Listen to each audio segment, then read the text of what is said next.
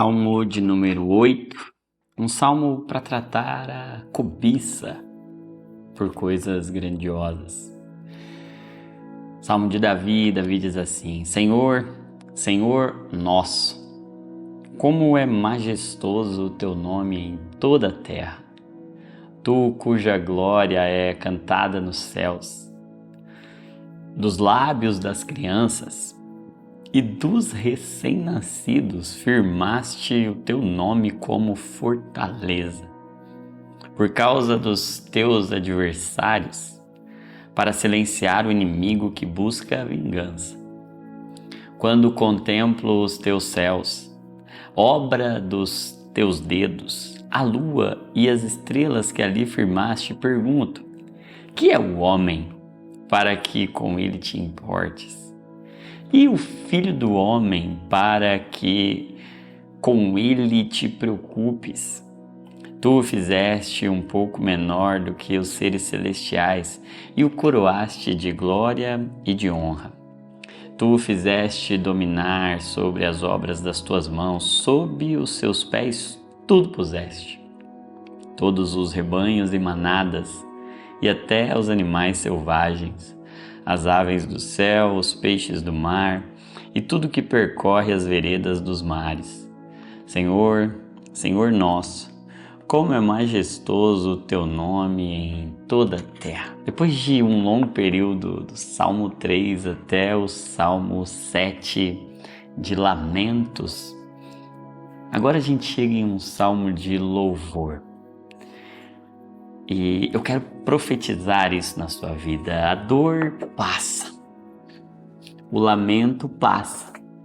Como diz a canção, toda dor é por enquanto, tem tempo para acabar.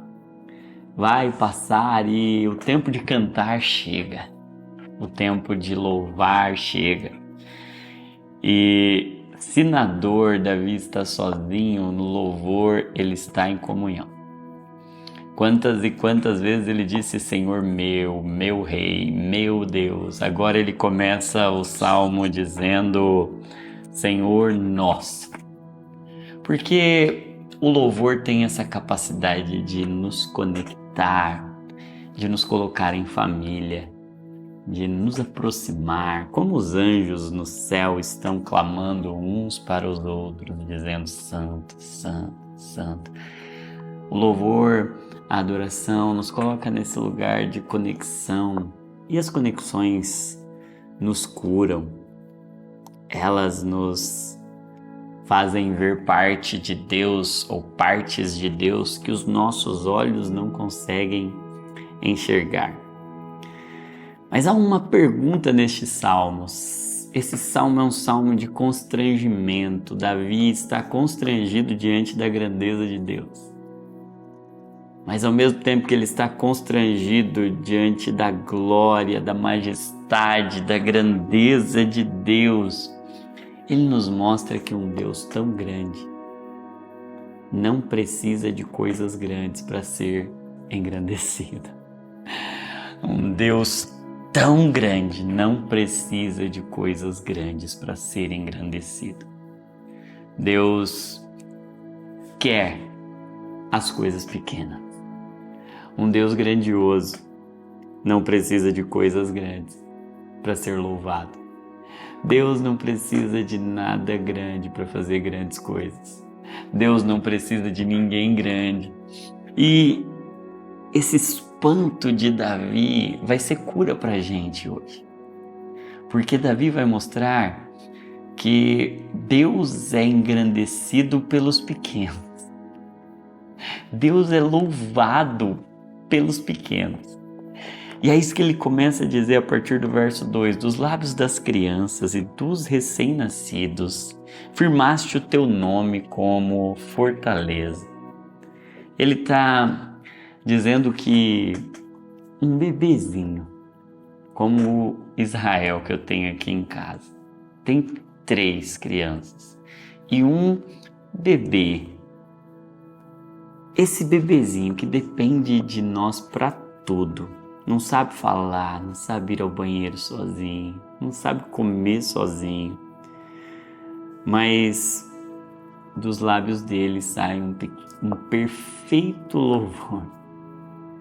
Porque Deus não precisa de coisas grandes para ser engrandecido. O que é pequeno engrandece a Deus. O que é pequeno glorifica a Deus. Ei, você não precisa de uma vida glamurosa. Você precisa de uma vida gloriosa. E uma vida gloriosa é uma vida de coisas pequenas, como um bebê, como um recém-nascido que não tem nada a oferecer, que é profundamente e totalmente dependente. E sabe, gente, aqui eu quero compartilhar uma preocupação. Nós nunca tivemos tão poucos bebês. Nós nunca, como geração, e estou falando especificamente do público cristão, tivemos tanto medo de ter filhos. E sabe o que eu descubro? É que uma geração que enxerga crianças como um fardo está fadada a ter uma vida pesada, em que desperdiçam o peso da glória de Deus. Eu vou repetir isso. Uma geração que enxerga crianças como fardos está fadada a viver uma vida sobrecarregada e pesada e desperdiçarem o verdadeiro peso de glória excelente no Senhor. Eu quero falar com você que enxerga crianças como um grande cansaço e enfado e como um grande trabalho e dão muito trabalho. Deixa eu dizer uma coisa para você, crianças não dão trabalho, elas são o nosso trabalho.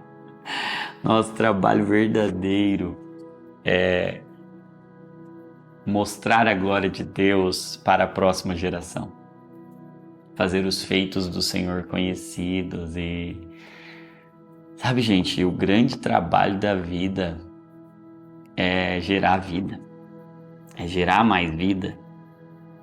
Claro que nós temos que fazer isso com responsabilidade. Eu não estou dizendo para você não ter nenhum tipo de planejamento familiar. Não é isso que eu estou dizendo.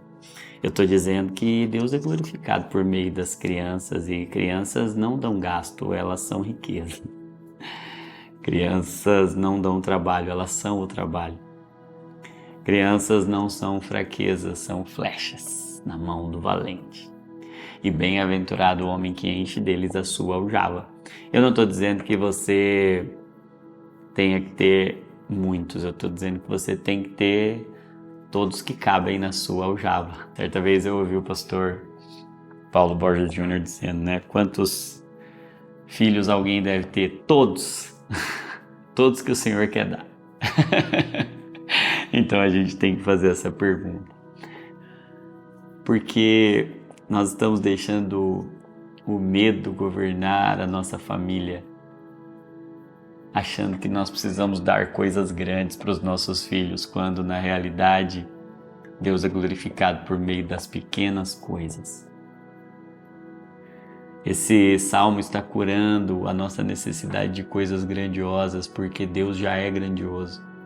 Nós agora precisamos de coisas pequenas. Essa cobiça de coisas grandiosas não foi Deus quem colocou em nós. Na realidade, a cobiça por coisas grandiosas é um desejo por Deus. E quando nós o achamos, nós queremos agora engrandecê-lo por meio das pequenas coisas. Por isso que quem não for como uma criança não tem acesso ao reino de Deus, porque Deus é louvado e glorificado a partir do que é pequeno e frágil. Uma segunda parte deste salmo vai dizer que a criação louva a Deus. Se as crianças louvam a Deus, a criação também louva. Por isso que nos versos 3 e 4 ele diz assim: quando contemplo os teus céus. Os céus de quem? Os céus de Deus. Obras dos teus dedos. A lua e as estrelas que ali firmaste. Pergunto, o que é o homem para que dele te lembre ou para que com ele te importes? A criação é uma incomparável pregadora acerca do Criador. Assim como a Mona Lisa louva Leonardo da Vinci, a criação louva a Deus. Por isso todos nós somos indesculpáveis, como está escrito lá em Romanos 1. Tem algo que precisa ser resgatado em nossa geração, a contemplação. Eu sou médico e eu percebo uma triste correlação entre o excesso de tecnologia e o excesso de doenças na mente. Quanto mais tecnológicos nós nos tornamos, mais adoecidos na mente nós nos tornamos, porque nós não fomos feitos na revolução tecnológica nem na revolução industrial, nós somos feitos em um jardim. Nós somos feitos para contemplação. O que o salmista está dizendo é: eu preciso contemplar os céus. E hoje nós temos um grande inimigo do céu, com U, é o céu com L. Nós estamos sendo roubados do céu, com U, porque nós estamos fixos no céu, com L. Os céus devem ser contemplados, pois eles revelam a glória de Deus e nós precisamos ver a glória de Deus para podermos ver a vida como ela precisa ser. Não deixe que nada te roube do céu, nada te roube da contemplação da criação, porque contemplar a criação é encontrar o Criador. Nós precisamos da natureza e o Senhor está querendo nos levar de volta para o jardim, nos levar de volta para esse lugar de contemplação e de glorificação a Ele por meio das coisas naturais. Então, se crianças louvam a Deus, a criação louva a Deus, a terceira parte do Salmo vai enfatizar o papel da humanidade e vai perguntar: que é o homem tão pequeno para que com ele te importes, e o filho do homem para que com ele te preocupes? Tu o fizestes um pouco menor do que os seres celestiais, mas o coroaste de glória e de honra, deste a ele domínio. Essa talvez seja a maior das distorções e das feridas do nosso tempo. É uma distorção em nosso propósito. Davi está nos mostrando o propósito de Deus para a humanidade. Homens e mulheres tão pequenininhos diante de um Deus tão grande, mas quando eles encontram a sua posição, estão bem posicionados em Cristo Jesus, eles são expressão da glória de Deus, a coroa da criação. O homem não é apenas mais uma das obras de Deus, a humanidade não é mais uma das obras, é a coroa da obra de Deus. E eu não estou dizendo isso para nos gerar um sentimento antropocêntrico e alinhado com a teologia coach, de que você é o centro do universo, mas Satanás está criando uma outra distorção e talvez por isso até a gente caia tanto ou tão facilmente nessa teologia que coloca o homem no centro. Satanás tenta fazer a seguinte colocação e gerar a seguinte inquietação em nós: quem somos nós? E não temos valor suficiente para revelar o valor de Deus através de nós. Deus não nos usaria sabendo quem nós somos e conhecendo as nossas fragilidades e limitações. Diante de sentimentos de pequenez, de inadequação, de reprovação, a gente pensa: quem somos nós e como eu vou resolver alguma coisa? Como eu vou cumprir um propósito maior do que eu, sendo que eu sou tão miserável, tão pequeno? E aí eu caio mais uma vez na armadilha e no buraco do vitimismo, da inadequação. Porém, o que o Senhor está fazendo é nos redefinindo como humanidade. Ele está curando essa ferida. A ferida do seu posicionamento, da sua estima, da sua adequação, da sua aceitação.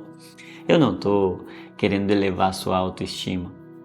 Eu estou querendo te colocar como a palavra nos ensina no seu lugar. Deus está colocando a humanidade no lugar dela. Qual é o lugar? Aos pés de Jesus. Porque não há lugar mais alto na terra do que aos pés de Jesus. Nós temos poder, sim. Certa vez ouvi o pastor Paulo Borges Jr. dizendo que não é a igreja que sofre por causa de um mundo ruim. É o mundo que está sofrendo por conta de uma igreja que ainda não sabe quem é.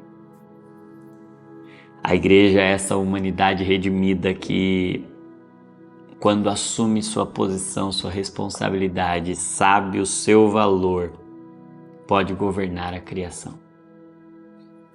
Deus está nos mostrando que Ele vai ser glorificado por meio de pequenos, bem posicionados, redimidos, alinhados no coração ao coração de Deus, cheios do Espírito Santo e vazios de si mesmos. Nós continuamos sendo vasos de barro, frágeis, mas temos um tesouro precioso dentro de nós.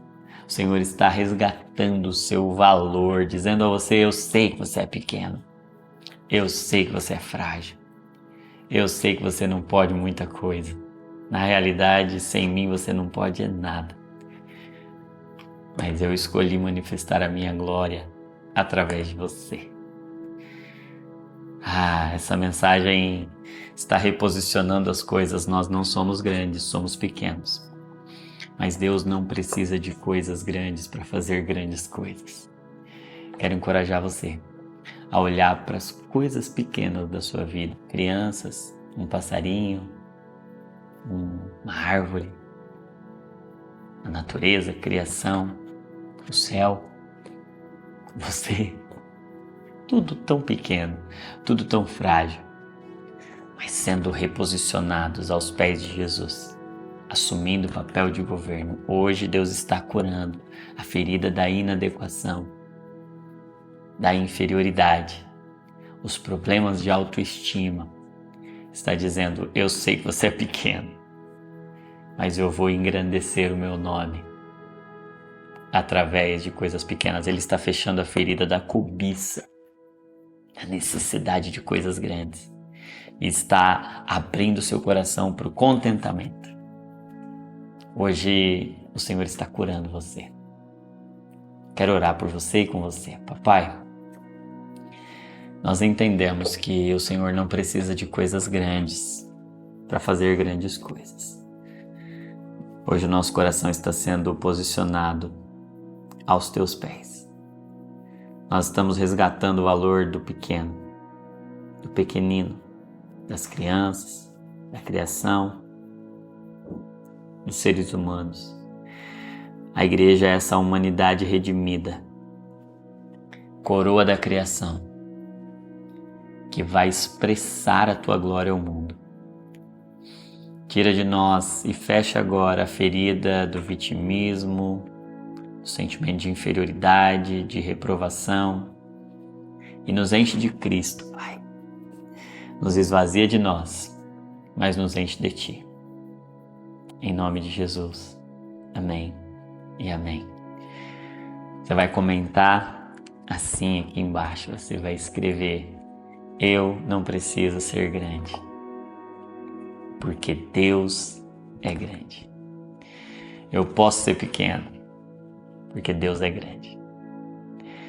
Ele é engrandecido por meio do que é pequeno. Fechou a ferida da cobiça, abriu seu coração para a gratidão e para o contentamento. Hoje nós estamos completando 8 dias, fechando feridas e abrindo coração. Se você perdeu alguma das reflexões anteriores, volta lá, acompanha todas elas, deixa o Senhor fechar cada uma das feridas. Se você ainda não tem o seu livro Salmo Terapia, o link vai estar aí embaixo para você pedir o seu. Faça os exercícios. Muita gente me pergunta, o que tem aqui no livro? É o mesmo que tem aqui no vídeo? Tem tudo e mais um pouco. Então tem exercício para você fazer, para você aprofundar, para você escrever o seu salmo, transformar as suas emoções em orações. Eu espero você amanhã aqui nesse mesmo horário para a gente fechar feridas e abrir o coração. Deus abençoe você.